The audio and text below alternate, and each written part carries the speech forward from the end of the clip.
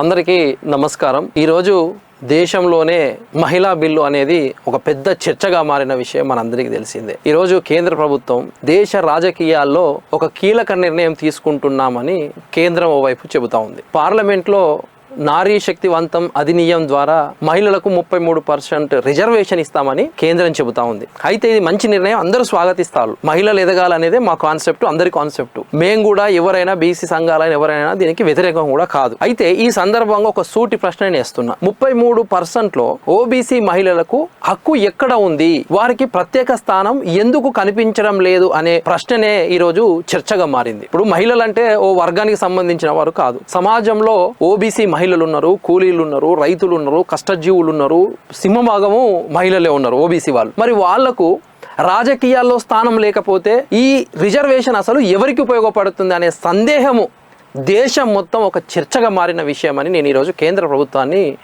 ప్రశ్నిస్తూ ఉన్నాను। ఒకసారి మనం లోక్సభలో గణాంకాలు చూస్తే ఆల్మోస్ట్ 543లో ఒక 78 మంది మహిళలు ఉన్నారు। రాజ్యసభలో చూసుకుంటే రఫ్గా 25 నుంచి 30 వరకు మధ్యలో ఉంటారు। అంటే మహిళల ప్రాతినిధ్యం ఎంత ఉంది, 15% దాకా ఉంటుంది।